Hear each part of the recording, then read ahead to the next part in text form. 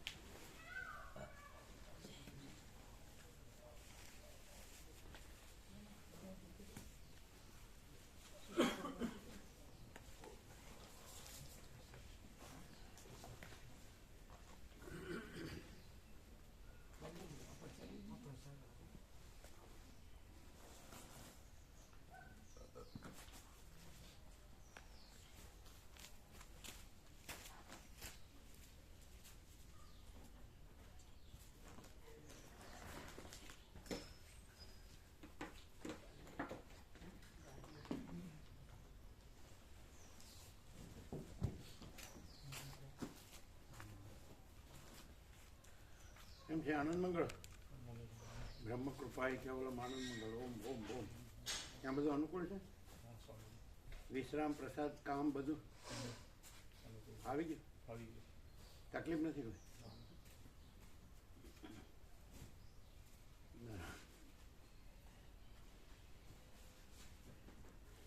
તમને રિનોવેશનમાં ફાવી ગયું? ભાઈ જેનું જેવું હોય એવું કેમ કેવું પડે? જેવું હોય એવું કેવું પડે. શું કે જેનું પ્રભુ કે મને પૂછતા જ મને ફાવેલું જ છે. બરાબર. આ કનુ પ્રભુ આવ્યા છે એટલે એ આ લોકોને યોગા સીટ આપો બધાને. કોને બાકી છે? એમને આપો એક સેટ. કોણ કોણ આવ્યું નવું? ત્યાં પ્રભુ મળ્યું તમને? એ આમને પણ પ્રહલાદ પ્રભુને બાકી છે કે આવી ગયું? કનુ પ્રભુને આપો ને આમને આપો.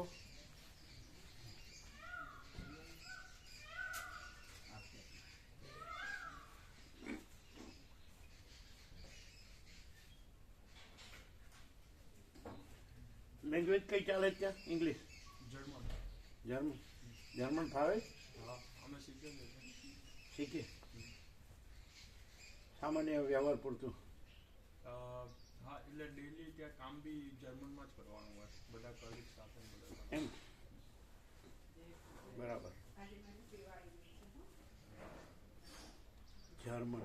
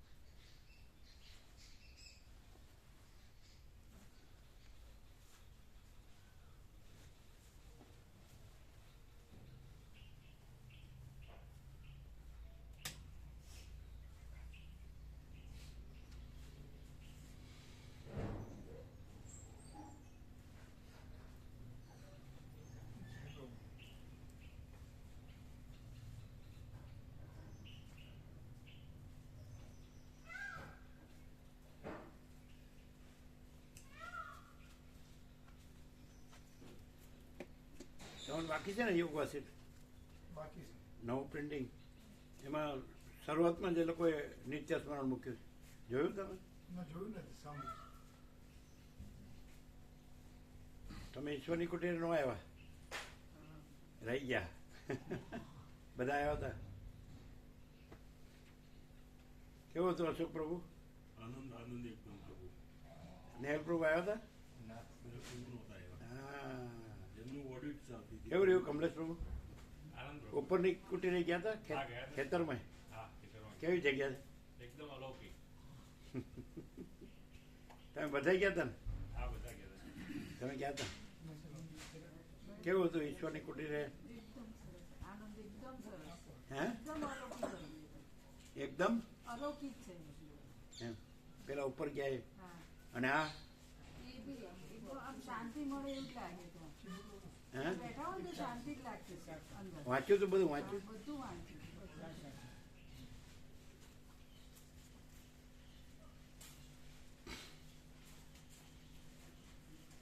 ન આવ્યો હોત તો રહી જાત.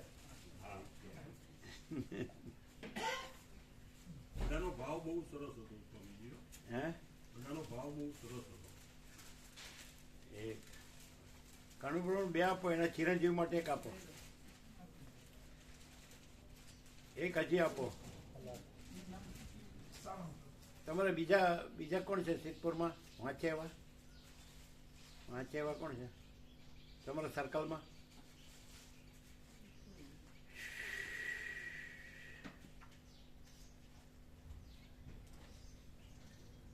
ચિન્નપ્રભુ પેલા રાધે પ્રભુ વાંચે પણ હવે હમણાં દેખાતા નથી.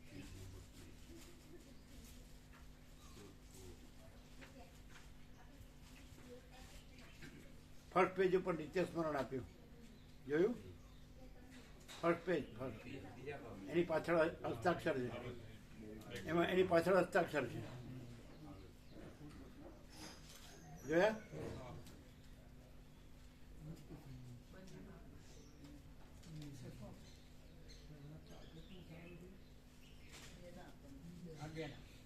એ લખી લો.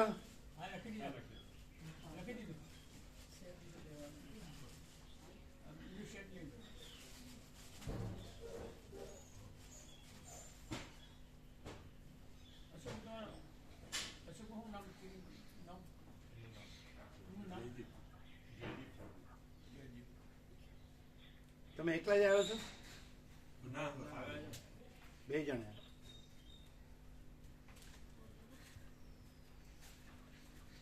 કેમ છે? આનંદ મંગળ. બ્રહ્મ કૃપા હે કેવલમ આનંદ. આ તો બધા જર્મન થઈ ગયા એવું લાગે. આવડે છે જર્મની? શીખી સામાન્ય વ્યવહાર પૂરતું કે પૂરેપૂરું? ભાષા પૂરેપૂરી, ત્યાંની ભાષા પૂરેપૂરી બોલીએ. અમે બાળપણમાં સાવરકુંડલા ગયા હતા. બાળપણમાં એકવાર. નાવડી નદીનું સરળ બધા સંપૂર્ણ ભગવાનના માણસ. હા, આ લઈ લેજો વ્યાપકમાં પ્રસાદમાં, પછી આપજો. તત્વમૂર્ત પછી આપજો.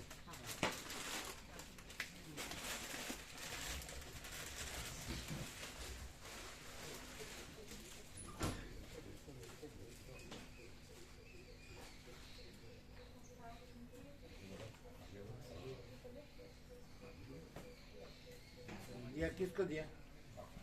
कर्णप्रभु को 2 दिया ने? તમારે ચિરંજીવને આપજો. બાળકોએ વાંચશે, બધાય વાંચે, ઘરના બધા વાંચે.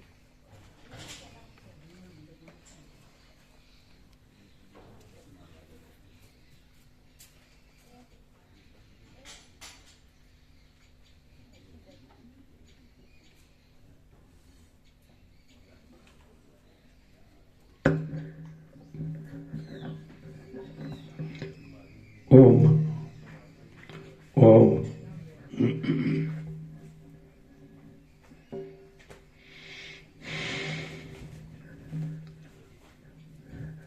ओम बराबर ओम बराबर परम चिदाकाश परम ज्योति अखंड ज्योति महाचिदाकाश स्वयं प्रकाश संपूर्ण प्रकाश पूर्ण ब्रह्म अनंत तेजघन अनंत चिदघन परमाकाश केवल अनंत शुद्ध तेजघन परमाकाश अखिलात्मा पूर्ण ब्रह्म परमात्मा परम चिदाकाश परम ज्योति अखंड ज्योति अनंत पूर्ण परम चिदाकाश परम शांति स्वयं सिद्ध स्वयं प्रकाश स्वयं पूर्ण स्वस्वरूप यही सब कुछ है, इसके सिवा कुछ नहीं है। शून्यभास अनंत कोटि महाकल्पो है ही नहीं।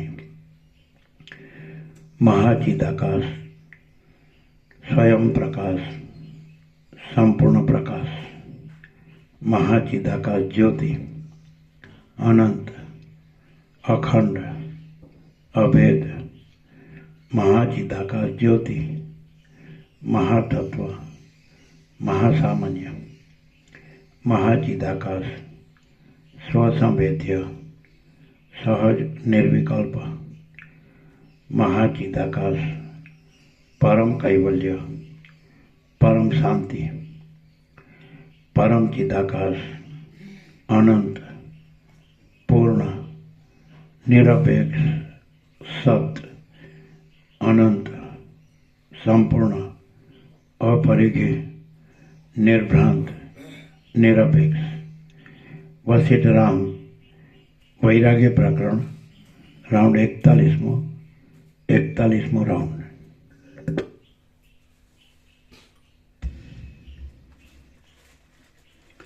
आद्य परब्रह्म सद्गुरु देव की जय। ओम श्री परमात्मने नमः। सद्ग्रंथों शिरोमणि श्री योग वासिष्ठ महारामायण वैराग्य प्रकरण सर्ग 16मो चित्त दोषનું વર્ણન પેજ નંબર 30 सर्ग 16મો चित्त दोषનું વર્ણન। આ 15મા સર્ગમાં હું બ્રહ્મ છું આ શુદ્ધ અહંકારથી ભિન્ન બીજા સર્વ અશુદ્ધ અહંકારો કે જે બંધન કરનારા છે તેમની નિંદા કરી છે। રામ બોલ્યા,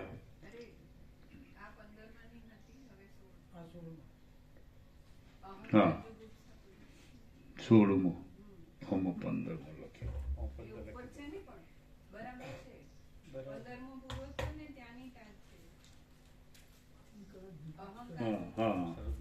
હા આ 16મા સર્ગમાં ચિત્તના દોષોનું વિસ્તારથી વર્ણન કરવામાં આવશે।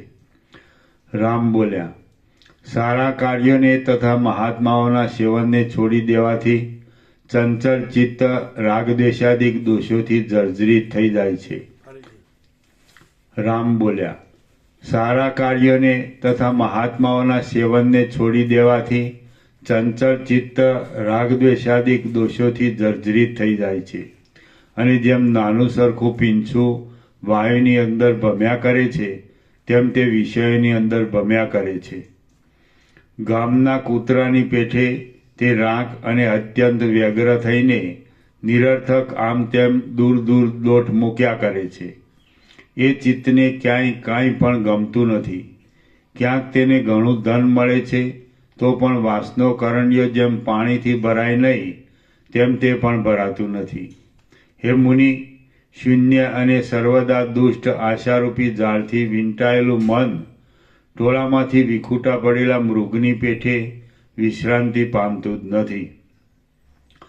તરંગ જેવી ચપળ વૃત્તિવાળું મન પોતાના અવ્યવસ્થિતપણાને છોડીને ક્ષણ માત્ર પણ હૃદયમાં સ્થિતિ કરતું નથી। જેમ મંદરાચલથી ક્ષોભ પામેલું ક્ષીરસાગરનું જળ દશે દિશાઓમાં ફરી વળે છે તેમ વિષયોના ચિંતવનથી ક્ષોભ પામેલું મન દશે દિશાઓમાં દોડાદોડ કરે છે। એવું હતું ઈશ્વરની કુટીર નામ એટલે સારું કેવું ઘર જેવું એનું કઈ વર્ણન ના થાય એટલું એમ બધું વાંચ્યું તું પણ ત્યાં ગયા હતા પાછળ કુટીરે ખેતરમાં કેવું હતું? ચાલો એ ગાદીઓ છે કે નહીં?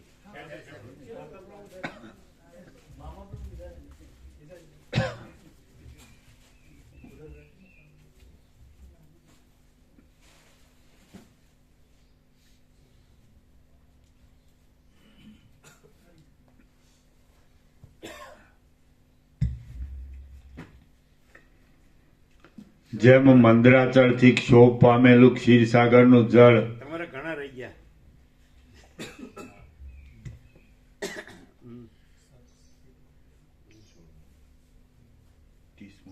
ખબર ન હોય ને ત્યાં કેવું હશે એમ, ઘર જેવું હશે કે નહીં એમ. નંબર 30. ઘર જેવું તો નહીં જ ને બબલો માતાજી? ઘરથી હતી. ક્યાંય જૂના ઋષિમુનિઓની આમ જગ્યા હોય એવું લાગતું. શું કે છે? જૂના ઋષિ મુનિઓની જગ્યા હોય એવું લાગતું હતું. જૂના જૂના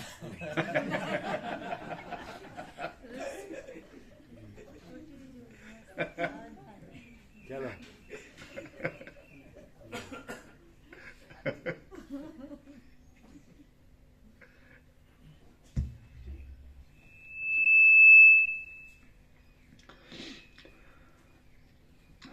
સર્ગ 16મો પેજ નંબર 30. જેમ મંદરાચળથી ક્ષોભ પામેલું ક્ષીરસાગરનું જળ દસે દિશાઓમાં ફરી વળે છે, તેમ વિષયોના ચિંતવનથી ક્ષોભ પામેલું મન દસે દિશાઓમાં દોડાદોડ કરે છે. અનેક જાતની ઠગાઈઓ રૂપ ક્રૂર મગરની માળાવાળા અને ભોગ મેળવવાના ઉત્સાહરૂપી તરંગોથી ડૂબાડી દે એવી ચકરીઓવાળા એ મનરૂપી મહાસાગરને રોકવાને હું સમર્થ નથી. હે બ્રહ્મન, મનરૂપી મૃગ ભોગરૂપી ધ્રોના અંકુરોની લાલચથી નરકરૂપ ખાડામાં પડી જવાની ચિંતા નહીં રાખતા દૂર દોડ્યા કરે છે. જેમ સમુદ્ર પોતાના ચંચળપણાને છોડતો નથી, તેમ મારું ચિત્ત આકુળ વૃત્તિથી પોતાના અવ્યવસ્થિતપણાને કદી છોડતું નથી. પાંજરામાં પૂરાયેલા કોઈ કેસરી જેમ એક ઠેકાણે સ્થિર થતો નથી, તેમ ચિંતાઓના ભારથી ભટક્યા કરતું ચિત્ત પણ પોતાની ચંચળ વૃત્તિને લીધે કોઈ પણ ઠેકાણે જંપ વાળતું નથી. હંસ જેમ જળમાંથી દૂધને નિઃશંક રીતે ખેંચી લે છે, તેમ મોહરૂપી રથ પર ચડેલું ચિત્ત શરીરમાંથી સમતારૂપ સુખને નિઃશંક રીતે ખેંચી લે છે. હે મુનિરાજ, અનેકાનેક કલ્પનાઓરૂપી શૈયામાં સૂતેલી ચિત્તની વૃત્તિઓ કોઈ રીતે પણ જાગૃત થતી નથી, તેથી હું વ્યાકુળ થઈને તપ્યા કરું છું. હે બ્રહ્મન, પક્ષી જે મજબૂત ગાંઠો પાડેલી દોરીમાં રહેલી જાળથી બંધાયું હોય છે, તેમ હું પણ અહંતા મમતારૂપી મજબૂત ગાંઠો પાડેલી તૃષ્ણારૂપ દોરીમાં રહેલા ચિત્તથી બંધાયો છું. હે બ્રહ્મન, નિરંતર ક્રોધરૂપી ધુમાડાવાળા અને ચિંતાઓરૂપ જ્વાળાઓથી ભરપૂર રહેતા ચિત્તરૂપી અગ્નિથી હું સૂકા ખડની માફક બળી રહ્યો છું. હે બ્રહ્મન, કૂતરીને અનુસરનારો કૂતરો જેમ જડપણાવાળા શબને ફાડી ખાય છે, તેમ તૃષ્ણારૂપી કૂતરીને અનુસરનારો ચિત્તરૂપી કૂતરો મને જડપણાવાળાને ફાડી ખાય છે. હે બ્રહ્મન, જેમ તરંગોને લીધે ચપળ રીતે પછડાયા કરતો જળરૂપી પ્રવાહ કાંઠાના વૃક્ષોને તાણી જાય છે, તેમ રાગદ્વેષાદિક તરંગોને લીધે ચપળ રીતે પછડાયા કરતું જળરૂપી ચિત્ત મને તાણી જાય છે. જેમ પ્રચંડ પવન ખડને વચમાં જ પાડવાને સારું અથવા આકાશમાં ફેરવવાને સારું દૂર લઈ જાય છે, તેમ ચિત્ત પણ મને અકસ્માત નરકમાં પાડવા સારું અથવા ઘણા ઘણા જન્મોમાં ફેરવવા સારું દૂર લઈ જાય છે. હું આ સંસાર સમુદ્રને તરી જવાની નિત્ય ઉત્કંઠા રાખું છું, છતાં પાદ જેમ પાણીના પૂરને રોકી રાખે છે, તેમ દુષ્ટ ચિત્ત મને રોકી રાખે છે.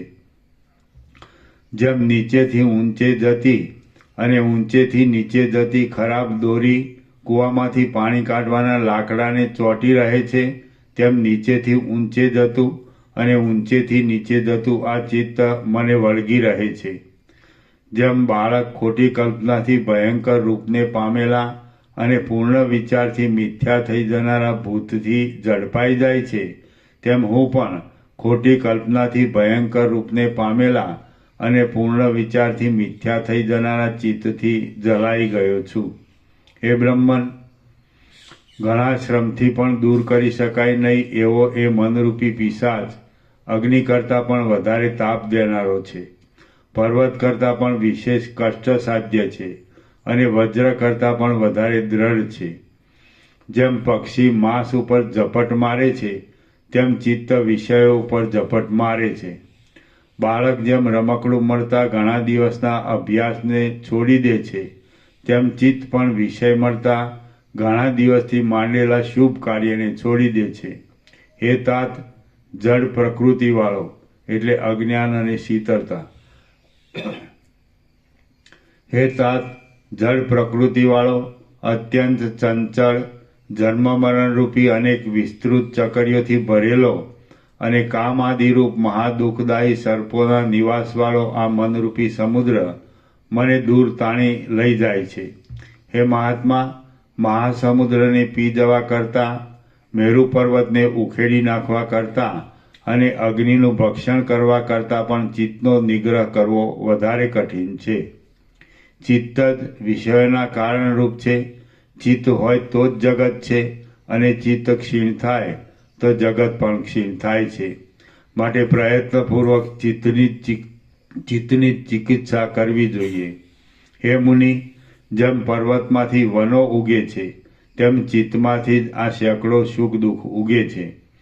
એ ચિત્ત જો વિવેકને લીધે ક્ષીણ થઈ જાય તો હું ધારું છું કે સુખ દુઃખો પણ અત્યંત ક્ષીણ જ થઈ જાય. જે ચિત્તરૂપી શત્રુને જીતવામાં જ મહાત્મા પુરુષોએ સમ દમ આદિ સકળ ગુણોના વિજયની આશા બાંધી છે તે ચિત્તરૂપી શત્રુને જીતવા માટે હું ઉદ્યોગ કર્યા કરું છું. મારી રીતિ ઓસરી ગઈ છે એટલે ચંદ્ર જેમ જળ અને મલિન વિલાસવાળી વાદળાની રેખાને અંતરથી અભિનંદન આપતો નથી તેમ હું પણ જળ અને મલિન વિલાસવાળી રાજલક્ષ્મીને અંતરથી અભિનંદન આપતો નથી. શ્રી યોગ વાસિષ્ઠ મહારામાયણમાં વૈરાગ્ય પ્રકરણનો ચિત્ત દૌરાત્મ્ય નામનો સર્ગ 16મો સમાપ્ત. સર્ગ 17મો તૃષ્ણા ઉપર ધિક્કાર. આ આખા 17મા સર્ગમાં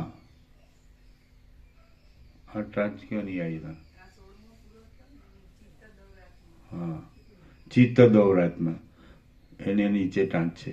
મન જ્યાં સુધી આત્માથી ભિન્ન પદાર્થને આકારે થયા કરે છે ત્યાં સુધી જીવના ભવભ્રમણનો અંત આવતો નથી. પણ જ્યારે તે મન આત્માકારે થઈ આત્મભાવને પામે છે ત્યારે જ તેના ભવભ્રમણનો અંત આવે છે, એવું આ સર્ગનું તાત્પર્ય છે. મન જ્યાં સુધી આત્માથી ભિન્ન પદાર્થને આકારે થયા કરે છે ત્યાં સુધી જીવના ભવભ્રમણનો અંત આવતો નથી. પણ જ્યારે તે મન આત્માકારે થઈ આત્મભાવને પામે છે ત્યારે જ તેના ભવભ્રમણનો અંત આવે છે, એવું આ સર્ગનું તાત્પર્ય છે.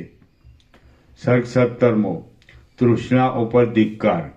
આ આખા 17મા સર્ગમાં જગતને ભમાવનારી તૃષ્ણાને ધિક્કારવામાં આવશે. રામ બોલ્યા, સંસારમાં વિવેક આદિને ઢાંકી દેવામાં અંધારી રાત્રિ જેવી અને અંત વિનાની તૃષ્ણાને લીધે જીવરૂપ આકાશમાં રાગદ્વેષ આદિ ગુવડ પક્ષીઓની પંક્તિઓ ઉડતી જોવામાં આવે છે. જેમ અંદર દાહ આપનારો સૂર્યનો તાપ કાદવના રસને અને કૂણાપણાને સૂકવી નાખી તેને કઠિન બનાવી દે છે, તેમ અંદર દાહ આપનારી તૃષ્ણાએ મારા આનંદને અને કૂણાપણાને સૂકવી નાખી મને કઠિન બનાવી દીધો છે. વ્યામોહરૂપી અંધારાથી ભરપૂર અને શૂન્ય એવા મારા ચિત્તરૂપી મહાન અરણ્યમાં આશારૂપી પિશાચણી ખૂબ નાચી રહી છે. કાંચનના ઉપવન જેવી શોભતી તૃષ્ણારૂપી ચણાની મંજરી ચિત્તરૂપી ક્ષેત્રમાં વચનોરૂપી ઝાકળના ટીપા પડવાથી મોરતી જ રહે છે.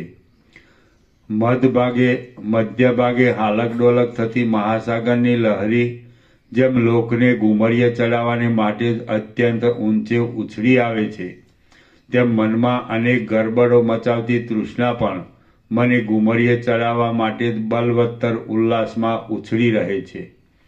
મિથ્યા ભાષણ આદિ કલ્લોલોના પ્રચંડ શબ્દોવાળી અનેક પ્રકારના તરંગોવાળી અને એક સ્થળમાંથી બીજા સ્થળમાં જતી તૃષ્ણારૂપી નદી અમારા દેહરૂપી પર્વતમાં વહ્યા કરે છે. ચિત્તરૂપી બપૈયો એકાગ્રતારૂપી જળને પીવા માટે પોતાની ચપળતાને રોકવા સજ્જ થાય છે, પણ મેલો વંટોળિયો વા જેમ જૂના ખડને ક્યાંય લઈ જાય છે તેમ મેલી તૃષ્ણા તેને પણ ક્યાંય તાણી જાય છે. નાની ઉંદરડી જેમ વીણાના તારને કાપી નાખે છે તેમ વિવેક વૈરાગ્ય આદિ ગુણો મેળવવાને હું જે ઉત્સાહ ધરું છું તે ઉત્સાહની તૃષ્ણા કાપી નાખે છે. જેમ જીરણ પાંદડું પાણીમાં ભમ્યા કરે છે, જૂનું ખડ જેમ વાયુમાં ભમ્યા કરે છે અને જેમ શરદ ઋતુનું વાદળું આકાશમાં ભમ્યા કરે છે તેમ હું ચિંતારૂપી ચક્રમાં ભમ્યા કરું છું. અમારી બુદ્ધિ પરમધામે પહોંચવાને અશક્ત છે અને અમે જાળમાં ગૂંચવાઈ ગયેલા પક્ષીઓની જેમ તૃષ્ણારૂપી જાળમાં ગૂંચવાઈ ગયા છીએ. હે પિતા, આ તૃષ્ણા નામની જ્વાળાથી હું એવો તો બળી ગયો છું કે હવે મને અમૃતથી પણ એ બળતરા શાંત થાય એમ લાગતું નથી. તૃષ્ણારૂપી મસ્ત ગોળી દિશાઓના છેડામાં એવા પ્રબળ વેગથી દોડ્યા કરે છે કે તરત જ ઘણે દૂર સુધી પહોંચી જાય છે અને વળી પાછી તરત જ ઠેકાણે આવીને રહે છે. રેટને મોઢે બાંધેલી દોરીની પેઠે એટલે જળ અને મૂર્ખ. રેટને મોઢે બાંધેલી દોરીની પેઠે તૃષ્ણા જળનો સંબંધ પામ્યા કરે છે, ઘણી ગાંઠોવાળી છે, હાલ્યા કરે છે અને નિરંતર ઊંચે તથા નીચે આવ જાવ કર્યા કરે છે. દેહની અંદર પરોવાયેલી અને કોઈથી પણ કાપી શકાય નહીં એવી આ તૃષ્ણારૂપી નાથ લોકોની પાસે બળદની પેઠે ભારે ઝડપથી ભાર ઉપડાવ્યા કરે છે. જેમ નિરંતર આકર્ષણના સ્વભાવવાળી બિલડી પક્ષીઓ ઉપર જાળ નાખ્યા કરે છે તેમ નિરંતર આકર્ષણના સ્વભાવવાળી તૃષ્ણા લોકો ઉપર પુત્ર, મિત્ર અને સ્ત્રીઓ આદિરૂપ જાળ નાખ્યા કરે છે. હું મારા પોતાના અનુભવથી આ કહું છું કે તૃષ્ણા કાળી રાત્રિની પેઠે ધીર પુરુષને પણ બીવડાવે છે, દેખતાને પણ આંધળો કરી દે છે અને આનંદીને પણ ઉદાસ કરી મૂકે છે. તૃષ્ણા કાળી નાગરની પેઠે કુટિલ છે, કુણા સ્પર્શવાળી છે, ઝેર ભરેલી વિષમતાવાળી છે અને જરાક અડવામાં આવે તો પણ કરડી ખાય છે. તૃષ્ણા કાળી રાક્ષસીની પેઠે પુરુષોના હૃદયને ભેદી નાખે છે, ઠગાઈ ભરેલા કામો કરે છે, દુર્ભાગ્ય લાવે છે અને બહુ જ કંગાળ છે. હે બ્રહ્મન, જેમ આળસને લીધે તૂટી ગયેલા તારોથી વીંટાયેલા મનરૂપી તુંબડાને ધરનારી તૃષ્ણારૂપી જૂની વીણા આનંદના સમયમાં શોભતી નથી, તેમ દૈવ ગતિથી તૂટી ગયેલા મનોરથોથી વીંટાયેલા મનરૂપી તુંબડાને ધરનારી તૃષ્ણારૂપી જૂની વીણા નિર્વિક્ષેપપણારૂપ આનંદના સમયમાં શોભતી નથી. પર્વતની ગુફામાં ઉત્પન્ન થયેલી વેલની જેમ તૃષ્ણા સર્વદા અત્યંત મલિન, કડવી, સંસર્ગ કરનારનું માથું ફેરવી દેનારી, લાંબા લાંબા ગૂંચળાવાળી અને બહુ ચીકાશવાળી હોય છે. તૃષ્ણા વૃક્ષના સુકાઈ ગયેલા મોરની જેમ ગ્લાનિકર છે, રસરહિત છે, નિષ્ફળ છે, વ્યર્થ ઊંચે ચડેલી છે, અમંગળકારી છે અને ભૂંડી છે. તૃષ્ણા ગરડી વેશ્યા જેવી છે, તે કોઈ પરાયા ચિત્તને વશ ન કર્યા છતાં સગડાની પાછળ દોડે છે અને એમ છતાં કાંઈ ફળ મેળવી શકતી નથી. તૃષ્ણા તો બુદ્ધિ નાચનારી છે અને તે બ્રહ્માંડોરૂપી નાટકશાળાઓની અંદર અનેક રસોની લાલચવાળા સંસારી લોકોના મોટા ટોળામાં નાચ્યા કરે છે.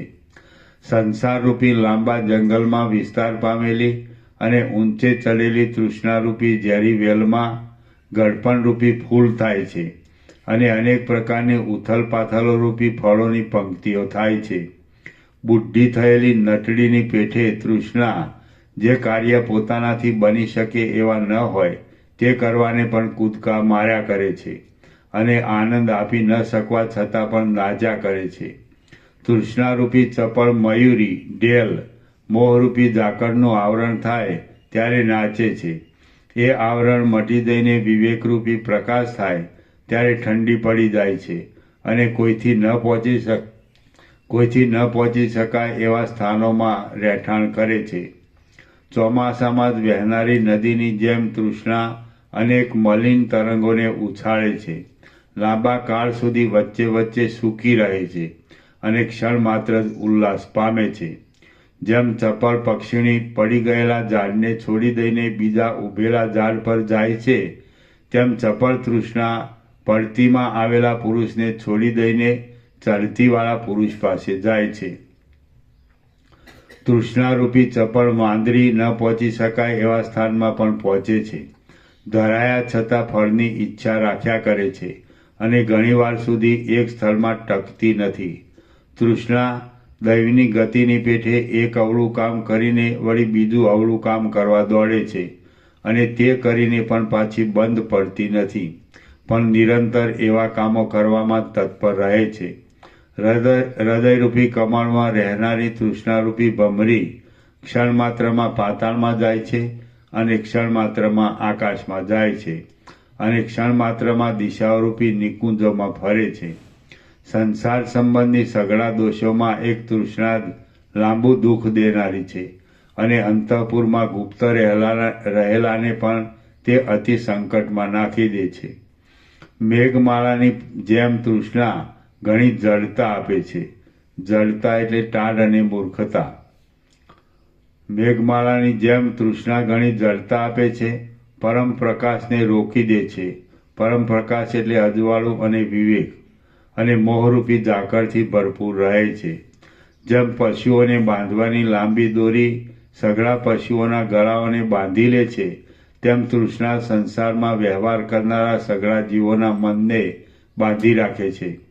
તૃષ્ણા ઇન્દ્રધનુષ્યની પેઠે વિચિત્ર રંગોવાળી છે, એટલે ગુણ વિનાની છે, એટલે દોરી અને સદગુણ. લાંબી છે, મલિનમાં રહેનારી છે, તુચ્છ છે અને તુચ્છ સ્થિતિવાળી છે. તૃષ્ણા સદગુણરૂપી ધાન્યને મેઘના દુષ્ટ કડાકારૂપ છે. આપત્તિરૂપી ધાન્યને ફલિત કરવામાં શરદ ઋતુરૂપ છે. બોધરૂપી કમળોને હિમરૂપ છે અને મોહરૂપી અંધકારોને શિયાળાની દીર્ઘ રાત્રિરૂપ છે. તૃષ્ણા સંસારરૂપી નાટકશાળાની નટી છે. કાર્યોરૂપી માળાઓની પંખીણી છે. મનરૂપી જંગલની હરિણી રૂપ છે અને કામદેવના ગાયનની વીણા છે. વ્યવહારરૂપ સમુદ્રની તે લહેર છે. મોહરૂપી હાથીને બાંધવાની સાંકળ છે. સૃષ્ટિરૂપ વડની વડવાઈ છે અને દુઃખરૂપી કુમુદોને વિકસાવનારી ચાંદની છે. જરા તથા મરણ આદિ દુઃખરૂપી રત્નોનો તે મુખ્ય ડાબલો છે અને આધિ તથા વ્યાધિરૂપ વિલાસોને માટે સર્વદા મસ્ત વિલાસિની છે. વર્ષા ઋતુના આકાશની પેઠે તૃષ્ણા ક્ષણ માત્રમાં થોડાક પ્રકાશથી નિર્મળ થાય છે. થોડાક પ્રકાશથી એટલે અજવાળું અને વિવેક. ક્ષણ માત્રમાં જરાક અંધારાવાળી થઈ જાય છે. અંધારું અને મોહ અને ક્ષણ માત્રમાં ઝાકળથી ભરપૂર થાય છે, એટલે ચિંતાઓથી. જ્યારે ગાઢ અંધારાવાળી રાત્રિ મટે છે ત્યારે રાક્ષસોની નિવૃત્તિ થાય છે. તેમજ જ્યારે ગાઢ મોહવાળી તૃષ્ણા મટે છે ત્યારે કાયાનો પરિશ્રમ મટે છે.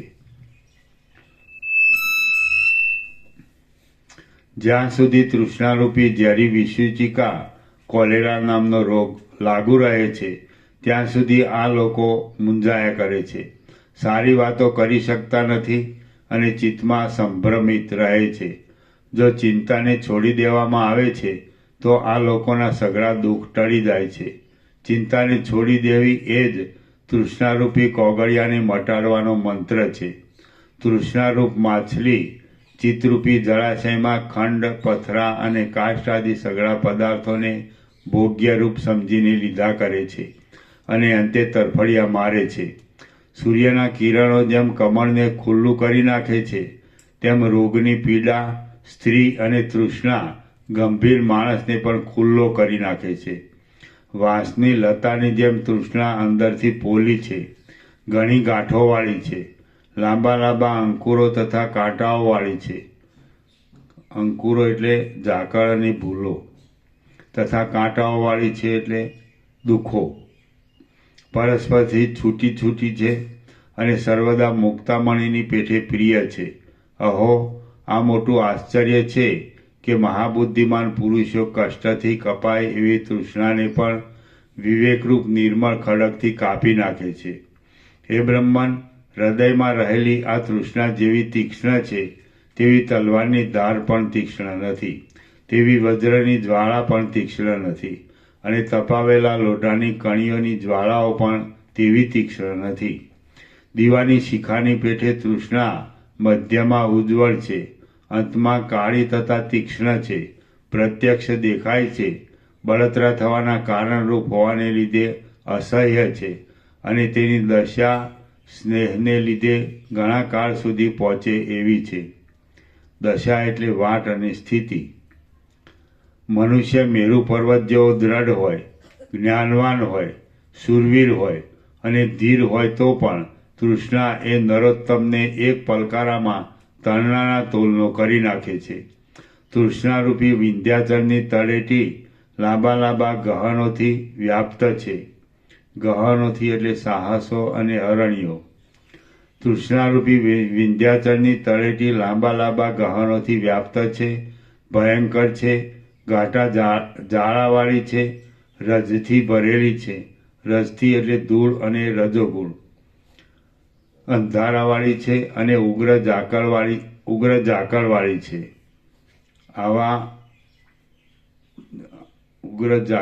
છે. જગતની અંદર રહેલી આ તૃષ્ણા ચંચળ છે. તરંગોની માળાવાળા ક્ષીરસાગરના ચપળ જળમાં રહેલી માધુર્ય શક્તિની પેઠે એક છતાં તે ભુવનોના સઘળા ભાગોમાં વ્યાપ્ત છે, અને અતિ નિકટ હોવા છતાં પણ તે સ્પષ્ટ આકૃતિથી દેખી શકાતી નથી. શ્રી યોગવાસિષ્ઠ મહારામાયણમાં વૈરાગ્ય પ્રકરણનો તૃષ્ણા ભંગ નામનો સર્ગ 17મો સમાપ્ત. સર્ગ 18મો દેહની નિંદા. આ 18મા સર્ગમાં દેહની જ નિંદા કરવામાં આવશે. રામ બોલ્યા, સંસારમાં ભીંજાયેલા આંતરડાઓથી ભરેલો, નાડીઓથી વ્યાપેલો, અનેક વિકારવાળો અને અંતે મરણ પામનારો આ જે દેહ આવે છે તે કેવળ દુઃખને માટે જ છે. એ દેહ જડ છે, છતાં આત્માના અધ્યાસરૂપ ચમત્કારનું પાત્ર હોવાને લીધે એ આત્મા જેવો લાગે છે. વિચાર કરતા તે મુક્તિના કારણરૂપ હોવાને લીધે ઉત્તમ છે, અને નરકના કારણરૂપ હોવાને લીધે અધમ પણ છે. વળી તે બીજા જડ પદાર્થો જેવો પણ નથી અને ચેતન પણ નથી. વિવેકી અને અવિવેકીમાં ચંચળ અને અશુદ્ધ ચિત્તવાળો મૂર્ખ અવિવેકી તો દેહને જ આત્મારૂપ દેખે છે. આ દેહ થોડી વારમાં આનંદ પામે છે અને થોડી વારમાં ખેદયુક્ત થઈ જાય છે. તેના જેવો ખેદ કરવાને પાત્ર નીચ અને સદ્ગુણ રહિત બીજો કોઈ પણ નથી. આ દેહ એક જાતના ઝાડ સરખો છે. તેમાં ઉત્પત્તિ અને વિનાશવાળા દાંતરૂપી કેસરાની શોભા છે. હા.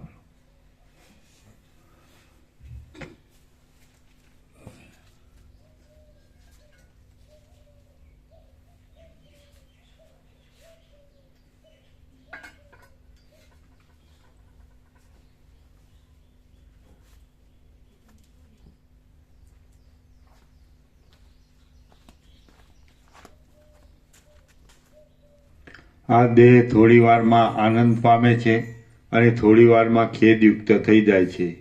તેના જેવો ખેદ કરવાને પાત્ર નીચ અને સદ્ગુણ રહિત બીજો કોઈ પણ નથી. આ દેહ એક જાતના ઝાડ સરખો છે.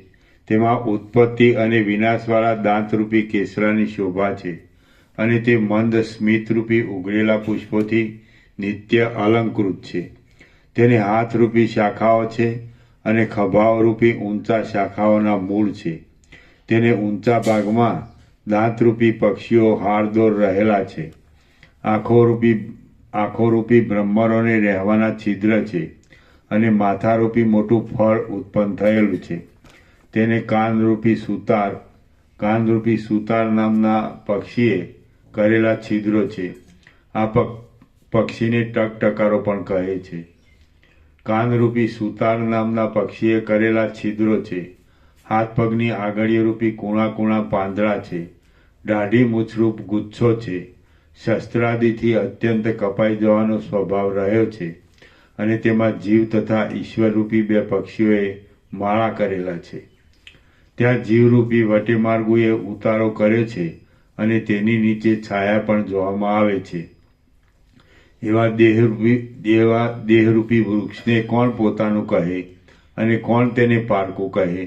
એના ઉપર પ્રીતિ કે દ્વેષ રાખવા પણ શા કામના છે? હે પિતા, સમુદ્રનો પાર પામવા માટે વારંવાર લેવામાં આવતા વહાણમાં અને આયુષ્યનો પાર પામવા માટે વારંવાર લેવામાં આવતા શરીરમાં કોણ મારાપણાની ભાવના કરે? દેહ નામે એક ઉજ્જળ વન છે, તેમાં વિઘ્નોરૂપી અનેક ખાડાઓ છે અને રૂવાટારૂપી અસંખ્ય ઝાડો છે. તેમાં નિઃશંકપણે રહેવાનો વિશ્વાસ જ કોણ કરે? હે તાત, માંસ, સ્નાયુ તથા હાડકાથી ભરેલા ઘણા છિદ્રોવાળા અને બહાર નીકળવાના ઉપાયરૂપ શબ્દ વિનાના આ શરીરરૂપી ઢોલમાં હું બિલાડાની પેઠે બેસી રહ્યો છું. આ કાયારૂપી શોભિતું પીપળાનું વૃક્ષ છે. તે સંસારરૂપી વગડામાં ઉગ્યું છે. ચિત્તરૂપી ચપર વાંદડાવાળું છે. ચિંતારૂપી કુંપળ ભર્યું છે અને લાંબા દુઃખોરૂપી ગણોએ તેને ઘાયલ કર્યું છે. તે તૃષ્ણાઓરૂપ નાગણીના નિવાસરૂપ છે. કોપરૂપી કાગડાના સ્થાનકરૂપ છે. સ્મિતરૂપી સારા ફણગાવાળું છે અને પાપ પુણ્યરૂપી મોટી ટેટીઓવાળું છે. તે બાહુરૂપી ગાંઠી લતાઓની ઝાડવાળું છે. હાથીરૂપી ગુચ્છોથી મનોહર છે અને પવનને લીધે હાલતા સર્વ અંગોરૂપી પાંદડાવાળું છે. તે સર્વે ઇન્દ્રિયોરૂપ પક્ષીઓના આધારરૂપ છે. સુંદર ગોઠણરૂપી થાંભલાવાળું છે. ઊંચું છે, યવનરૂપી શીતળ છાયાવાળું છે અને કામરૂપી વટેમાર્ગુએ તેને સેવેલું છે. તે માથે ઉગેલી લાંબા કેશરૂપી ખડની પંક્તિવાળું છે.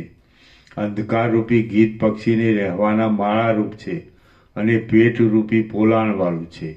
મૂળમાં જુદી જુદી વાસનાઓરૂપી ઝાંખરાઓથી વીંટાયેલું હોવાને લીધે તે કાપવામાં મુશ્કેલ પડે એવું છે અને ઘણા પરિશ્રમોરૂપી લંબાઈથી તે વૃક્ષ લાગે છે. એ કાયારૂપી પીપળાનું વૃક્ષ મને સુખદાયી લાગતું નથી. હે મુનિ, અહંકારરૂપી ગૃહસ્થાના મોટા ઘરરૂપ એવું આ શરીર પડી જાય કે સ્થિર રહે તેમાં મારે શું? જેમાં ઇન્દ્રિયોરૂપી પશુઓ હારદોર બાંધેલા છે, જેમાં તૃષ્ણારૂપી ઘરવાળી ચારે બાજુ આંટા માર્યા કરે છે અને જેમાં સઘળા ભાગો રાગરૂપી રંગથી રંગાયેલા છે, તે આ દેહરૂપી ઘર મને ગમતું નથી. જેમાં પીઠના હાડકાઓરૂપી લાકડાઓના જથ્થાથી વચલો અવકાશ સંકોચ પામે છે અને જે આંતરડારૂપી દોરીઓથી બાંધેલું છે, તે આ દેહરૂપી ઘર મને ગમતું નથી. લાંબી લાંબી નસોરૂપી દોરીઓથી ગૂંથાયેલું, લોહીરૂપી પાણીથી કાદવરૂપ થયેલું અને વૃદ્ધાવસ્થારૂપ ચૂનાથી દોડેલું આ દેહરૂપી ઘર મને ગમતું નથી. ચિત્તરૂપી સેવકે કરેલા અનેક ઉપાયોથી ટકી રહેલું અને મિથ્યા મોહરૂપી પાટડાઓવાળું આ દેહરૂપી ઘર મને ગમતું નથી. જેમ દુઃખોરૂપી બાળકો ચીસાચીસ પાડે છે, જે સુખરૂપી સૈયાથી મનોરમ છે અને જેમાં દુષ્ટ ચેષ્ટાઓરૂપ નીચ દાસીઓ છે, તે આ દેહરૂપી ઘર મને ગમતું નથી. જેમાં વિષયરૂપી મેલા વાસણો છે, મલિન સાધનોની ભરતી છે અને અજ્ઞાનરૂપી લૂણો લાગેલો છે, તે આ દેહરૂપી ઘર મને ગમતું નથી. ગુંઠીઓરૂપી કુંભીઓના આધારથી રહેલું, સાથળોરૂપી ઊંચા થાંભલાઓથી ટકી રહેલા ઉપર ભાગવાળું અને લાંબા લાંબા હાથરૂપી લાકડાઓથી દ્રઢ રહેલું આ દેહરૂપી ઘર મને ગમતું નથી. હે બ્રહ્મન, જેમાં બુદ્ધિરૂપી ઘરધણિયાની જ્ઞાનેન્દ્રિયોરૂપી પ્રકટ ગોખોમાં રમ્યા કરે છે અને જેમાં ચિંતારૂપી ઘણી દીકરીઓ ઉત્પન્ન થાય છે, તે આ દેહરૂપી ઘર મને ગમતું નથી. કેશરૂપી આવરણથી ઢંકાયેલી કાનરૂપી મેડીઓવાળું અને લાંબી લાંબી આગળીઓરૂપી ખીંટીઓવાળું આ દેહરૂપી ઘર મને ગમતું નથી. જેમાં સર્વ અંગોરૂપી બિંતોના સમૂહ ઉપર ગાંઠા રૂવાટારૂપી જવારા ઉગ્યા છે અને જે કદી પૂરાય નહીં એવું પેટરૂપી ખાડવાળું આ દેહરૂપી ઘર મને ગમતું નથી. નખરૂપી કરોળિયાઓના નિવાસરૂપ ભૂખરૂપી કૂતરીએ ગજાવી મૂકેલું અને પવનના ભયકારી શબ્દોવાળું આ દેહરૂપી ઘર મને ગમતું નથી. પેશવામાં અને બહાર નીકળવામાં નિરંતર લાગી રહેલા વાયુના વેગવાળું અને છિદ્રોરૂપી મોટા મોટા ગોખવાળું આ દેહરૂપી ઘર મને ગમતું નથી. જીભરૂપ આગળિયાથી પીડાતા મુખરૂપ દ્વારથી ભયંકર લાગતું અને દાંતરૂપી હાડકાના કટકાઓ દેખાડી રહેલું આ દેહરૂપી ઘર મને ગમતું નથી. ચામડીરૂપી ચૂનો ચોપડવાને લીધે લીસું, અંદર નાળિયેરૂપ યંત્રો ફરવાથી ધ્રુજતું અને મનરૂપી જૂના ઉંદરે ઉખેડા કરેલું આ દેહરૂપી ઘર મને ગમતું નથી. ક્ષણ માત્રમાં સ્મિતરૂપી દીપ પ્રભાથી આનંદ પામતું તથા સુંદર લાગતું અને ક્ષણ માત્રમાં શોકરૂપી અંધકારના પ્રવાહોથી ભરાઈ જતું આ દેહરૂપી ઘર મને ગમતું નથી.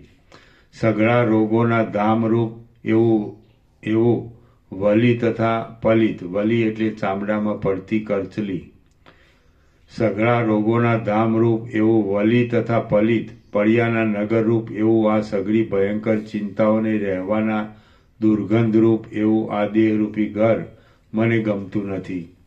ઇન્દ્રિયોરૂપી રીંછોની ગરબડથી વિષમ, ઉજ્જડ, નિસાર ખાડાઓવાળું અને અંધકારથી ઘેરાયેલી દિશાઓરૂપી કુંજોવાળું આ દેહરૂપી જંગલ મને ગમતું નથી. હે મુનીશ્વર, કાદવમાં ખૂંચી ગયેલા હાથીને જેમ થોડા બળવાળો બહાર કાઢી શકે નહીં, તેમ અનંત તાપોમાં ખૂંચી ગયેલા મારા શરીરને હું બહાર કાઢી શકતો નથી. લક્ષ્મીથી શું થાય, રાજ્યથી શું થાય, કાયાથી શું થાય અને ક્રિયાઓથી પણ શું થાય? ઘણા દિવસોમાં કાળ એ સઘળાને કાપી નાખે છે. હે મુનિ, કહો, બહાર તથા અંદર લોહી અને માંસથી ભરેલી તેમજ અવશ્ય નાશ પામવાના સ્વભાવવાળી આ કાયામાં રમણીયતા વળી શી છે? હે તાત, પાળી પોષીને મોટા કરેલા શરીરો મરણને અવસરે જીવની સાથે જતા નથી. તો હે તાત, કહો, એવા કૃતજ્ઞ શરીરો ઉપર બુદ્ધિમાનોને આસ્થા શાની હોય? મદોન્મત હાથીના કાનની અણી જેવા ચંચળ અને લટકી રહેલા પાણીના બિંદુ જેવો ક્ષણભંગુર આ દેહ મને છોડે નહીં તે પહેલાં જ હું એને છોડી દઉં છું. આ દેહરૂપી પાંદડું પવનની પલકથી હાલ્યા કરે છે, કૂણું છે, જર્જરિત છે, ક્ષુદ્ર સ્વભાવવાળું છે, કડવું છે અને સ્વાદ વગરનું છે. મને તે ગમતું નથી. ઘણા કાળ સુધી ખાઈ પીને છેવટે યત્ન વગર જ નાના પાંદડાની પેઠે દેહ દુબળો થઈ જાય છે અને મરણને જ અનુસરે છે. એના એ જ આવ્યા કરતા સુખ દુઃખોને વારંવાર અનુભવવા છતાં આ પામર દેહને લાજ પણ આવતી નથી. જે દેહ ચિરકાળ સુધી ઐશ્વર્યને ભોગવીને તથા વૈભવોની લક્ષ્મીને સેવીને પણ ઉત્કર્ષ પામતો નથી કે અવિનાશીપણું પણ પામતો નથી, તેને શા માટે પાળવો જોઈએ? ભોગીના તથા દરિદ્રના એ બંનેના દેહ સરખા જ છે, કારણ કે તેઓ ગડપણના સમયમાં ગરડા થાય છે અને મરવાના સમયમાં મરી જાય છે. આમ જેને ગુણ અવગુણનું જ્ઞાન નથી તેવા દેહને શા માટે પાળવો જોઈએ? આ કાયારૂપી કાચબો કોઈ રીતે બહાર નીકળવાનો યત્ન નહીં કરતા સંસારરૂપી સમુદ્રની અંદર તૃષ્ણારૂપી ખાડામાં મૂઢ બનીને ગુપચુપ રહ્યા કરે છે. બાળવાના કામને જ લાયક એવા શરીરરૂપી ઘણા લાકડાઓ આ સંસારરૂપી સમુદ્રમાં તણાયા કરે છે અને તેમાં કેટલાક લાકડા મનુષ્ય નામે કહેવાય છે. આ દેહરૂપી લતા લાંબા દુરાત્માપણારૂપી ગૂંચળાવાળી છે અને નાશ પામ્યા પછી અધોગતિરૂપ ફળને આપનારી છે. વિવેકીને તેનું કશું જ પ્રયોજન નથી.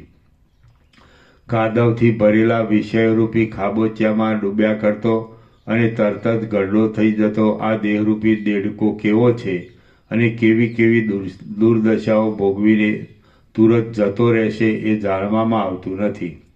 જેમની સઘળી ક્રિયાઓ નિષ્ફળ છે તેવા અને ચપળ પ્રાણવાળા શરીરો ધૂળ ભેગા મળી જાય છે, તે અહીં કોઈના જોવામાં આવતા નથી.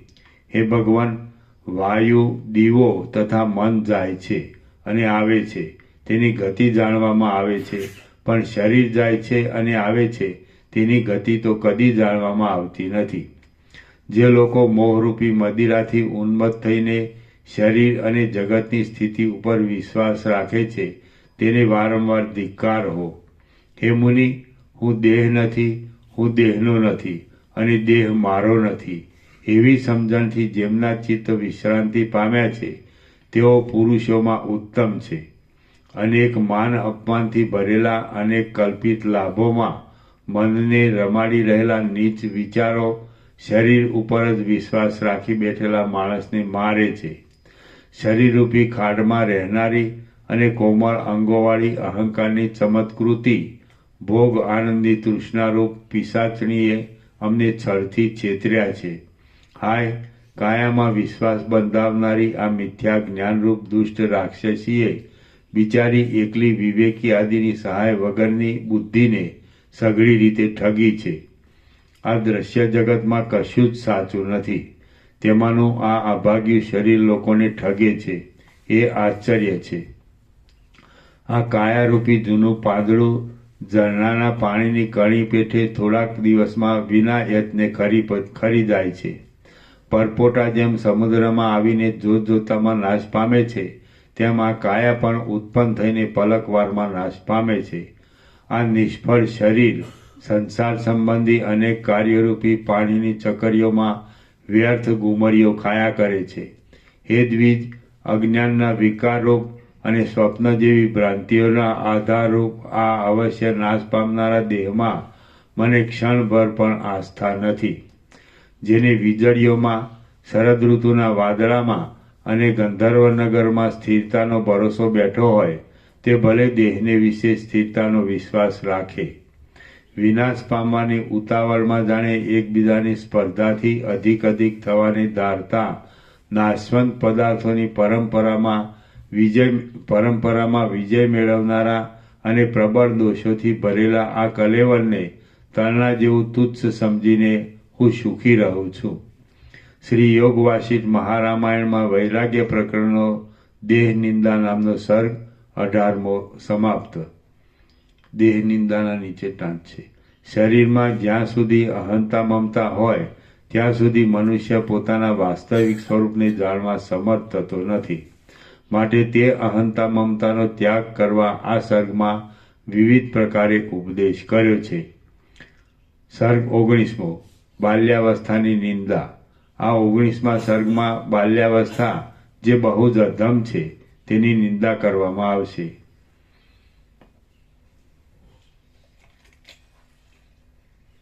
રામ બોલ્યા, ચંચળ સ્વભાવવાળા અને કામકાજના અભિનિવેશોરૂપી અનેક તરંગોવાળા આ સંસારરૂપી સમુદ્રમાં મનુષ્ય જન્મ મળ્યા છતાં પણ બાલ્યાવસ્થા કેવળ દુઃખને જ દેનારી છે. અશક્તિ, આપદાઓ, ખાવા આદિની તૃષ્ણા, મૂંગાપણું, મૂઢપણું, લાલચુપણું, ચપળપણું અને જોઈતી વસ્તુ ન મળે તો દીનપણું એ સગળું બાલ્યાવસ્થામાં થાય છે. જેમ ખીલો હાથીઓને સાંકળમાં બાંધવાના સ્થાનરૂપ છે તેમ બાલ્યાવસ્થા માણસોને રોષ તથા રોવાથી ત્રાસદાયી અને દીનતા ભરેલી દુર્દશાઓમાં બાંધવાના સ્થાનરૂપ છે. બાલ્યાવસ્થામાં જેવી ચિંતાઓ હૃદયને પીડે છે તેવી ચિંતાઓ મરણના સમયમાં, જરા તથા રોગના સમયમાં, આપતકાલમાં કે યૌવન અવસ્થામાં પણ હૃદયને પીડતી નથી. પશુ જાતિની ખાવા પીવા આદિની રીતભાતોને સર્વ લોકોએ ધિક્કારી છે તો એ પ્રમાણે બાળકની ચપળ રીતભાત પણ ધિક્કારને પાત્ર છે અને તે મરણ કરતાં પણ વધારે દુઃખદાયી છે. જેમાં પ્રતિબિંબની જેમ ઘોર અજ્ઞાન છે, મન અવ્યવસ્થિત રહે છે અને જે અનેક પ્રકારના સંકલ્પો થવાને લીધે તુચ્છતા ભર્યું છે તે બાળકપણું કોને સુખદાયી થાય? બાલ્યાવસ્થામાં પગલે પગલે જળ, અગ્નિ અને વાયુ આદિથી દુઃખો થવાનું ધારીને અજ્ઞાનથી જે ભય ઉત્પન્ન થાય છે તેવો ભય આપતકાલમાં પણ બીજા કોઈને થતો નથી. રમતોમાં, નીચ વિલાસોમાં, નીચ ચેષ્ટાઓમાં અને નીચ અભિપ્રાયોમાં ઝડપથી પડતો બાળક એમાં સારપણાની મોટી ભ્રાંતિ ધરે છે. નિષ્ફળ કર્મોમાં પણ કૌતુકથી મોટા આરંભ કરનારી, દુષ્ટ વિલાસોથી ભરેલી અને અધમ સ્થિતિવાળી બાલ્યાવસ્થા માણસને એક જાતની શિક્ષા ભોગવવા સારું જ છે. શાંતિ માટે જેમ ઊંડા ખાડામાં ઘુવડો ભરાઈ રહે છે, તેમ બાલ્યાવસ્થામાં સઘળા દોષો, દુરાચારો અને કોઈ રીતે ન મટે એવી દુષ્ટ ચિંતાઓ ભરાઈ રહે છે. હે મુનિ, જે લોકો બાલ્યાવસ્થા રમણીય છે એવી કલ્પના કરે છે, તેમની બુદ્ધિ વ્યર્થ છે. મરી ગયેલી બુદ્ધિવાળા એ મૂર્ખાઓને ધિક્કાર જ હો. જેમાં ઝોલા જેવું મન ક્ષણે ક્ષણે જુદી જુદી વૃત્તિઓમાં હિંચકા ખાય છે અને એથી જે ત્રૈલોક્યમાં સર્વ કરતાં ભૂંડી છે, તે બાલ્યાવસ્થા કેમ સંતોષ આપે? હે મુનિ, સઘળા પ્રાણીઓનું મન સઘળી અવસ્થાઓ કરતાં બાલ્યાવસ્થામાં 10 ગણું ચંચળ હોય છે. મન સ્વાભાવિક રીતે ચંચળ છે અને બાલ્યાવસ્થા પણ મહાચંચળતાથી ભરેલી છે. તો એ બંને ચંચળ પદાર્થ ભેગા થતાં તેમાંથી કેવો અનર્થ ઉત્પન્ન થાય અને તે અનર્થમાંથી રક્ષક પણ કોણ થાય? હે બ્રહ્મન, સ્ત્રીઓના નેત્રો, વીજળીઓ, જ્વાળાઓના સમૂહો અને જળના તરંગોએ બાલ્યાવસ્થાથી દબાયેલા ચિત્તની પાસેથી જ ચપળતાનો અભ્યાસ કર્યો જણાય છે. ચપળ સ્વભાવવાળું બાળકપણું તથા મન એ બંને નાશવંત છે અને સઘળી રીતબાતોમાં જાણે એકબીજાના ભાઈઓ હોય એમ જણાય છે.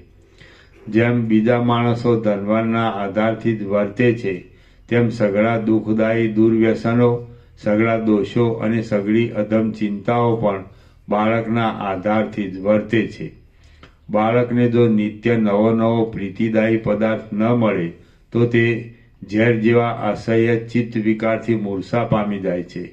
કૂતરાની પેઠે બાળક બટકું મળે વશ થઈ જાય છે, બટકું ન મળે ચીડાઈ જાય છે અને ગંદામાં જ રમ્યા કરે છે.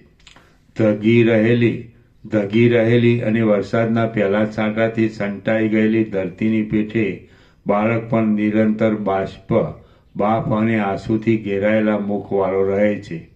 કાદવથી ખરડાયેલો રહે છે અને અંદર જડ જ રહે છે. ભય તથા આહારમાં તત્પર, રાંક બુદ્ધિ તથા શરીરની ચપળતાવાળી અને પાસેના તથા દૂરના પદાર્થોની ઈચ્છાવાળી એ બાલ્યાવસ્થા કેવળ દુઃખ ભોગવવા માટે જ ધરવામાં આવે છે. નિર્બળ બાળકને પોતે ઈચ્છેલા પદાર્થો મળતા નથી ત્યારે તે મનમાં તપી જાય છે અને જાણે પોતે કપાઈ ગયો હોય એવું દિલમાં દુઃખ પામે છે. હે મુનિ, અવળા મનોરથોથી પ્રાપ્ત થયેલા અને ઘણા ઠગવાના ઉપાયો થવાથી ક્રૂરતા ભરેલા જે દુઃખો બાળકને થાય છે, તે દુઃખો કોઈને પણ થતા નથી. જેમ વનની ભૂમિ ગ્રીષ્મ ઋતુથી નિરંતર તપે છે, તેમ બાળકો મનોરથોમાં વિલસતા પોતાના બળવાન મનથી નિરંતર તપે છે. બાળક જ્યારે નિશાળમાં રહે છે ત્યારે ખીલામાં બંધાયેલા હાથીની પેઠે તે ઝેર કરતાં પણ વધારે વિષમ અને ભયંકર એવી બીજી પીડાઓ પામે છે. અનેક મનોરથોથી ભરેલી અને ખોટી વસ્તુઓમાં સાચાપણાની કલ્પના કરનારી તુચ્છ મનવાળી બાલ્યાવસ્થા બહુ જ લાંબા દુઃખ સારું જ છે. જે મૂર્ખતા વડે મનુષ્ય ત્રૈલોક્યનું રાજ્ય ભોગવવાનો ઉત્સાહ ધરાવે છે અને જેને લીધે તે આકાશમાંથી ચંદ્રને પકડવાનું મન કરે છે, તે મૂર્ખતા સુખદાયી થાય જ કેવી રીતે? હે મહાબુદ્ધિમાન, અંદર દુઃખોને જાણતા છતાં પણ બાળક ટાઢ તડકા આદિનું નિવારણ કરવામાં અશક્ત છે. તે બાળકમાં અને ઝાડમાં શો ફરક છે? ભૂખમાં, ભયમાં તથા આહારમાં નિરંતર તત્પર રહેનારા બાળકો પક્ષીઓના જેવી રીતભાતવાળા છે. પક્ષીઓ જેમ પાંખોથી ઉડવા ઈચ્છે છે, તેમ તેઓ પોતાના હાથોથી ઉડવાની ઈચ્છા કરે છે. બાળકપણામાં ગુરુની, માતાની, પિતાની, લોકોની અને પોતાનાથી મોટા છોકરાઓની પણ બીક રહે છે. માટે બાળકપણું ભયોનું ઘર જ છે. હે મહામુનિ, દોષોની સઘળી દશાઓથી દૂષિત થયેલા અંતઃકરણવાળું અને અવિવેકરૂપી નિરંકુશ ગૃહસ્થના ઘરરૂપ એ બાળકપણું આ સંસારમાં કોઈને પણ સુખ આપી શકનારું નથી. શ્રી યોગ વાસિષ્ઠ મહારામાયણમાં વૈરાગ્ય પ્રકરણનો બાલ્ય જુગુપ્સા નામનો સર્ગ 19મો સમાપ્ત. બાલ્ય જુગુપ્સા એટલે શરીરની બાલ્યાવસ્થા કોઈ પણ પ્રકારે વાસ્તવિક સુખવાળી નથી, માટે તેમાં રાગ રાખવો ઉચિત નથી, એમ આ સર્ગથી સમજાવ્યું છે.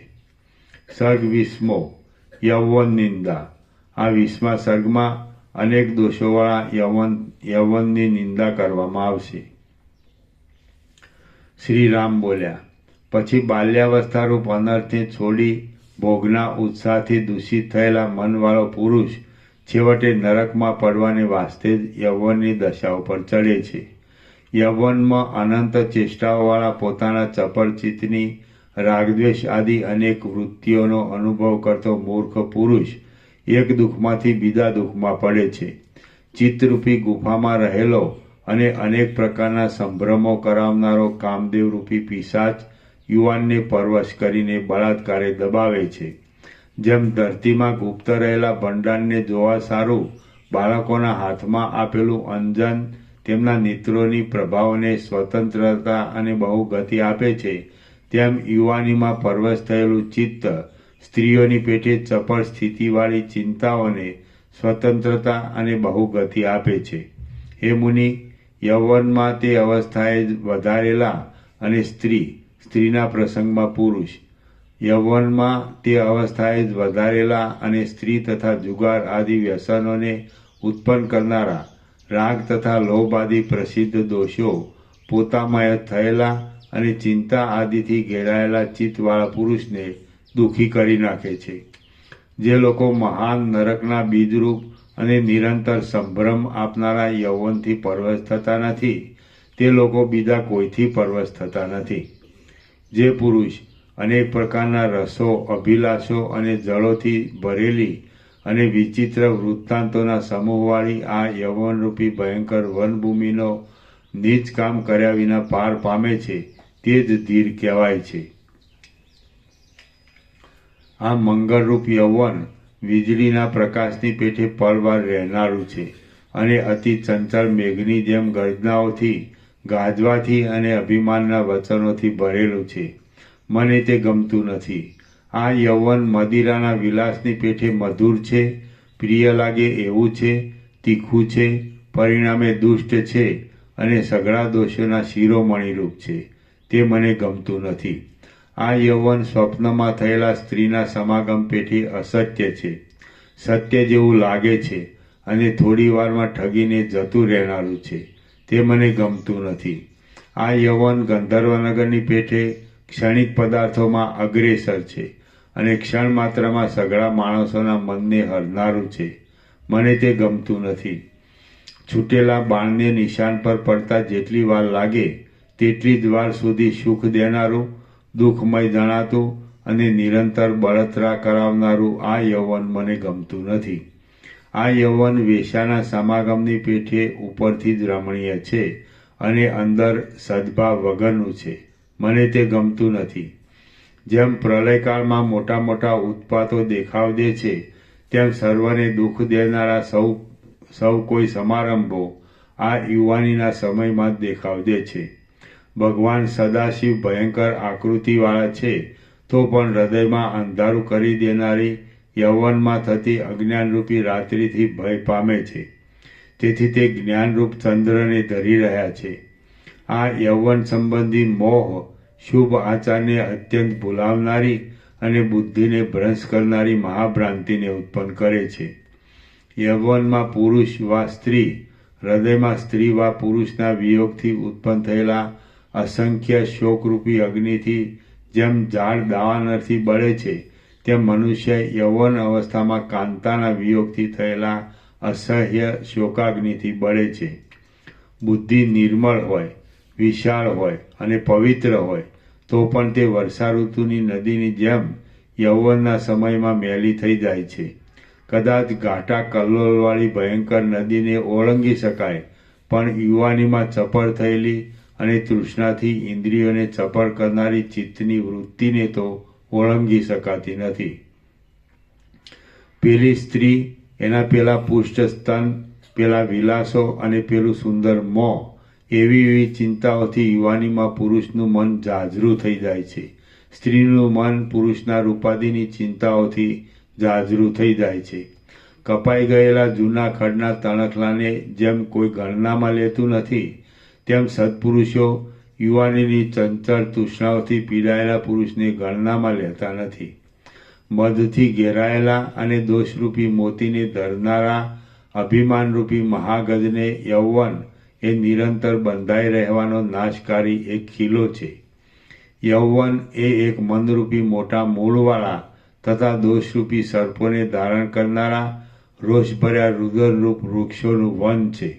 સમજો કે યૌવન એ એક સુખના લેશોરૂપી કેસરાઓની ભીડવાળું અને દુષ્ટ કલ્પનાઓરૂપી પાખડીઓથી ઘેરાયેલું નીચ ચિંતાઓરૂપી ભ્રમરોનું એક કમળ છે. કરેલા તથા નહીં કરેલા લૌકિક કાર્યોરૂપી પાંખોવાળા અને હૃદયરૂપ તળાવના તીરે ફરનારા આદિવ્યાધિરૂપ પક્ષીઓનો યૌવન એક માળો છે.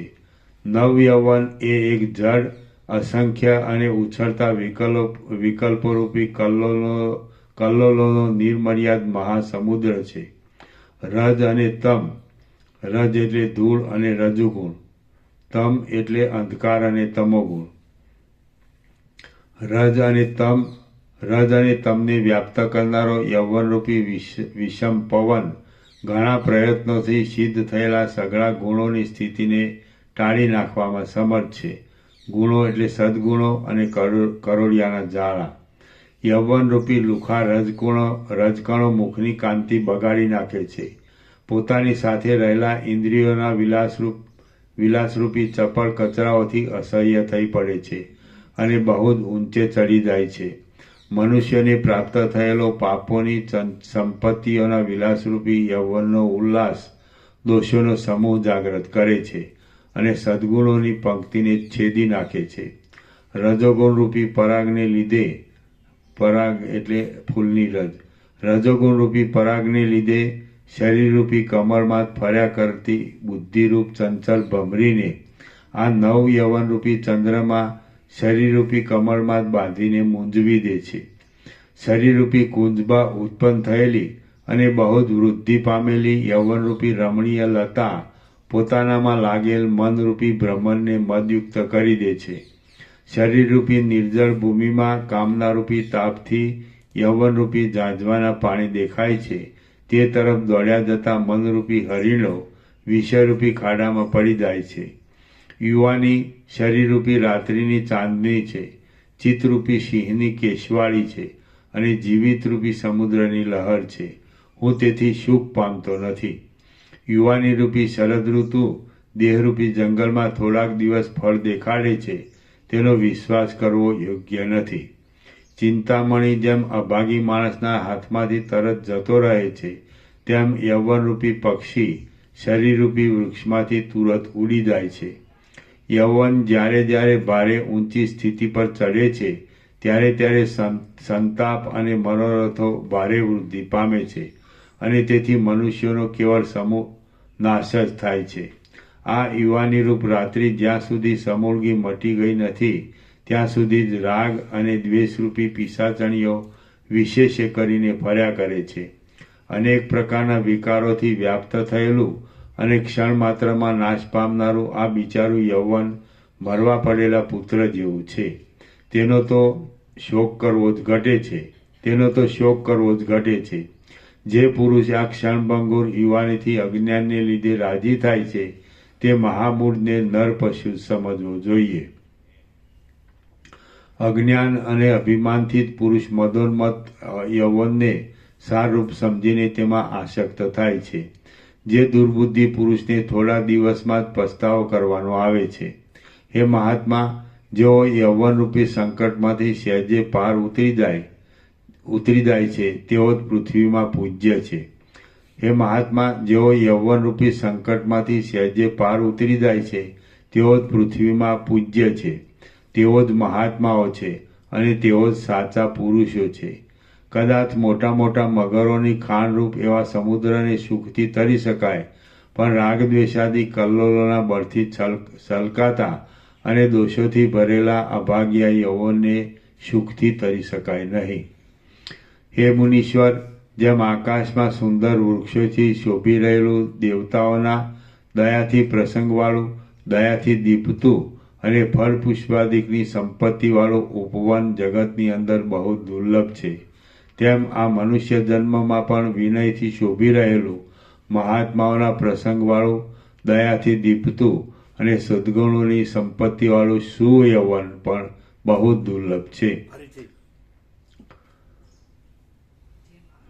જેમ આકાશમાં સુંદર વૃક્ષોથી શોભી રહેલું દેવતાઓના દયાથી પ્રસંગવાળું, જેમ આકાશમાં સુંદર વૃક્ષોથી શોભી રહેલું દેવતાઓના દયાથી પ્રસંગવાળું, દયાથી દીપતું અને ફળ પુષ્પાદિકની સંપત્તિવાળું ઉપવન જગતની અંદર બહુ દુર્લભ છે, તેમ આ મનુષ્ય જન્મમાં પણ વિનયોથી શોભી રહેલું, મહાત્માઓના પ્રસંગવાળું, દયાથી દીપતું અને સદ્ગુણોની સંપત્તિવાળું સુયૌવન પણ બહુ દુર્લભ છે.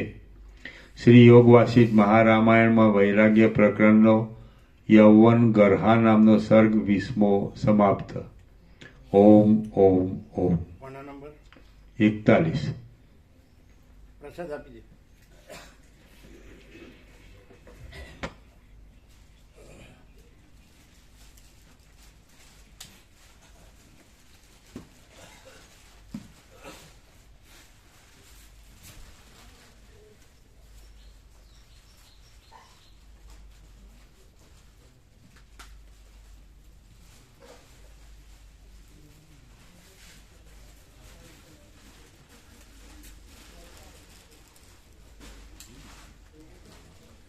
એટલે સાંજે આપ્યો તો પ્રસાદ બધાને આપ્યો.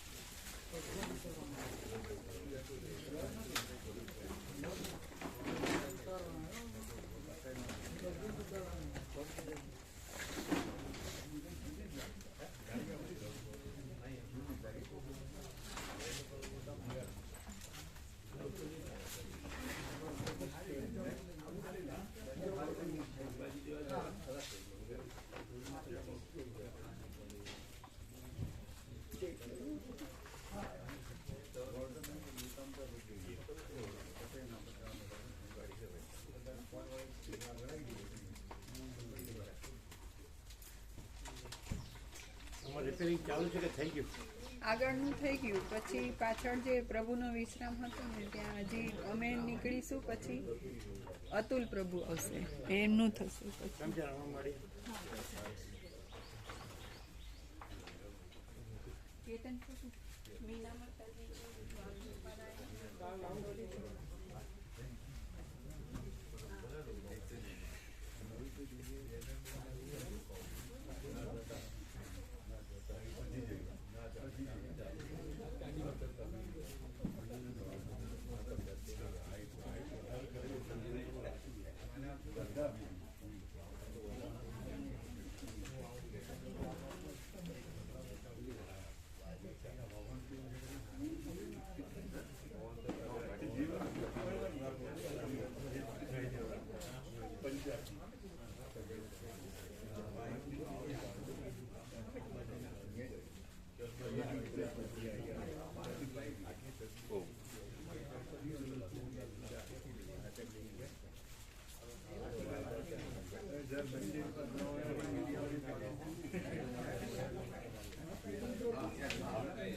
કેમ કોલ આપણે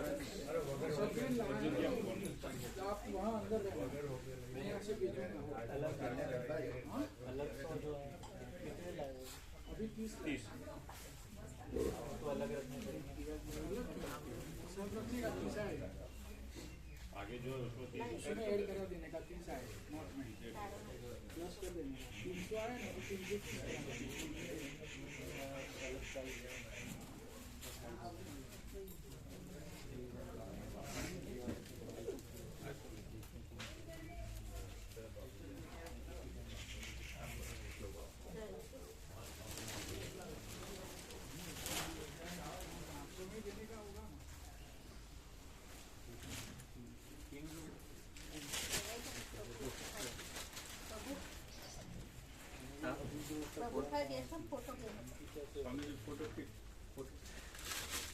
આનંદ પ્રભુ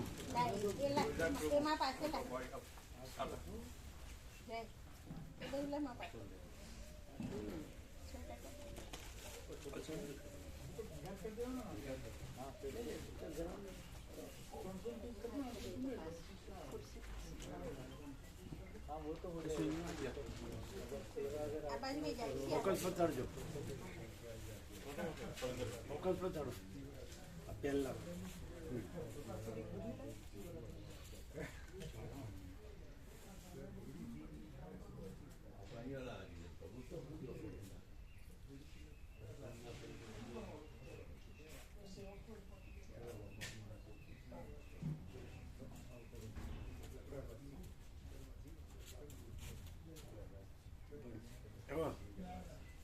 આવ્યું બરોબર.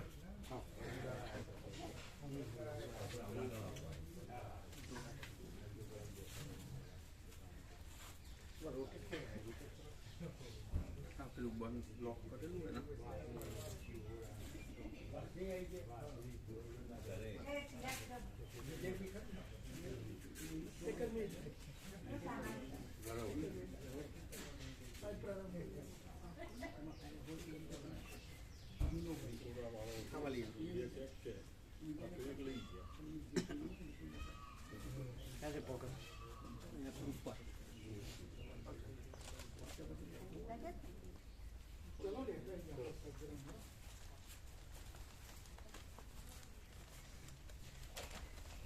બરોબર.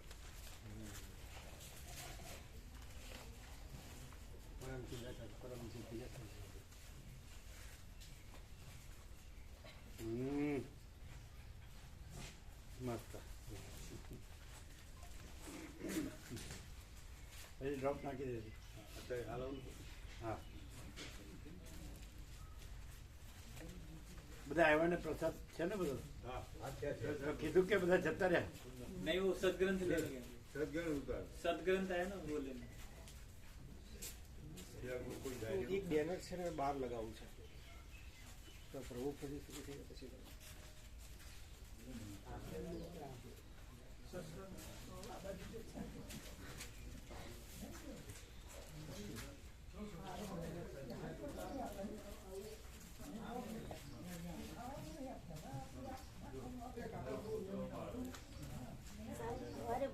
ઓપરેશન ક્યારે કાલ સવારે આજે અનુભવ છે ને ડૉક્ટર?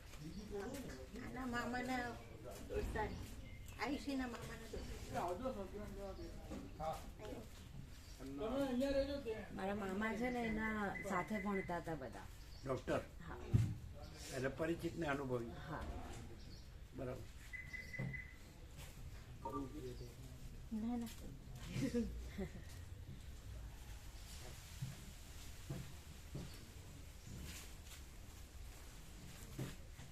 એ બધા ચાપણી નાસ્તો કરવા લઈ જાઓ, બધા જતા ના રહે. અહીંયા જ છીએ.